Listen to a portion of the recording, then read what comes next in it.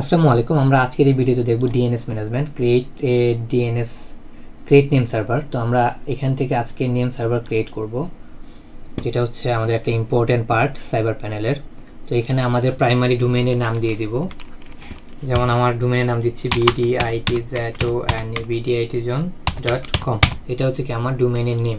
এখন আমার নেম সার্ভারটা কি হবে? আমার নেম সার্ভারটা হতে পারে ns5 বা ns1.bditzone.com, আর এখানে হচ্ছে কি ns2 দিয়ে দেব আমরা। যদি এটাকে একটু কপি করে নিয়ে আসি, কপি করে কি করব আমরা এখানে অনেক জায়গায় 2 দিয়ে দেব। আচ্ছা, এখানে বলেছে আইপি অ্যাড্রেস, এখানে আমাদের আইপি অ্যাড্রেস দিতে হবে। আমার আইপি অ্যাড্রেস কি ছিল? এটা। তাহলে আমি কি করব আবার ns, তাহলে নেম সার্ভার কি হচ্ছে? আমার নেম সার্ভারের ডোমেইন হচ্ছে এইটা, প্রাইমারি নেম সার্ভার ns1। তাহলে আমি এখানে কি এইটা দিয়ে দিচ্ছি, আর নেম সার্ভার 2 তেও কি আমি আইপি অ্যাড্রেসে সেম আইপি অ্যাড্রেসটা দিয়ে দিচ্ছি। দেখেন আমার কিন্তু এখানে একটা প্রিভিউ তারা অলরেডি দেখাচ্ছে, ns1 bditzone এত, ns2 bditzone এত। ক্রিয়েট নেম সার্ভার, আমরা ক্রিয়েট নেম সার্ভার এসে দিলেই কি হচ্ছে যে আমার নেম সার্ভার ক্রিয়েট হয়ে গিয়েছে সাকসেসফুলি, ns1 ns2।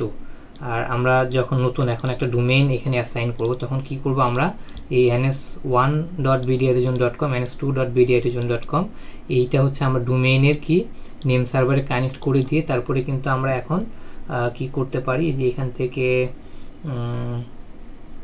ওয়েবসাইট থেকে ক্রিয়েট ওয়েবসাইটে আমরা ওয়েবসাইট ক্রিয়েট করব। এইটা হচ্ছে আমরা ডোমেইন পারচেস করে আমরা এই নেম সার্ভারটা কানেক্ট করে দিই। আচ্ছা, তারপরে হচ্ছে কি আমরা ডিএনএস থেকে যদি আমরা হচ্ছে এখন কি দেখতে পারবো, ক্রিয়েট ডিফল্ট নেম সার্ভার। আচ্ছা, এখন হচ্ছে আমাদের বাই ডিফল্ট যে নেম সার্ভারটা ছিল সেইটা আমরা হচ্ছে এখানে কানেক্ট করে দিই, ns1.bditzone.com আর হচ্ছে কি ns2.bditzone.com। হচ্ছে আমরা সেভ কনফিগারেশন থেকে হচ্ছে কি আমরা সেভ করে দিচ্ছি। আমার এটা কিন্তু স্ট্যাটাস সেভ হয়ে গিয়েছে, আমি ডিএনএসটা অলরেডি ক্রিয়েট করে ফেলেছি। ডিএনএস থেকেও কিন্তু হচ্ছে আপনারা ডিএনএসগুলো ক্রিয়েট করতে পারবেন, ডিলিট করতে পারবেন। এখান থেকে ক্লাউড ফায়ার আপনারা কানেক্ট করতে পারবেন। ক্লাউড ফায়ার কোথায়? তো ক্লাউড ফায়ারে এসে আপনারা কি আপনাদের ইমেল আর হচ্ছে এপিআই টোকেন দিয়েও কিন্তু আপনারা টোটালি হচ্ছে যে ক্লাউড ফায়ারেরটা এখান থেকে ম্যানেজ করতে পারবেন, রিসেট ডিএনএস করতে পারবেন আপনাদের ডোমেইন অনুযায়ী। কিন্তু এখান থেকে এই রেকর্ড বা IPv6 বা অন্যান্য যে ডিএনএস রেকর্ডগুলো আছে আপনারা কিন্তু এগুলো ম্যানেজ করে নিতে পারবেন। তো এই ছিল আজকের মতো ডিএনএস ম্যানেজমেন্টের একটা ছোট টিউটোরিয়াল ভিডিও। দেখা হবে পরবর্তী নতুন কোনো ভিডিওতে। এরকম নিত্য নতুন ভিডিও পেতে এখনই আমার এই ইউটিউব চ্যানেলটি সাবস্ক্রাইব করে রাখুন।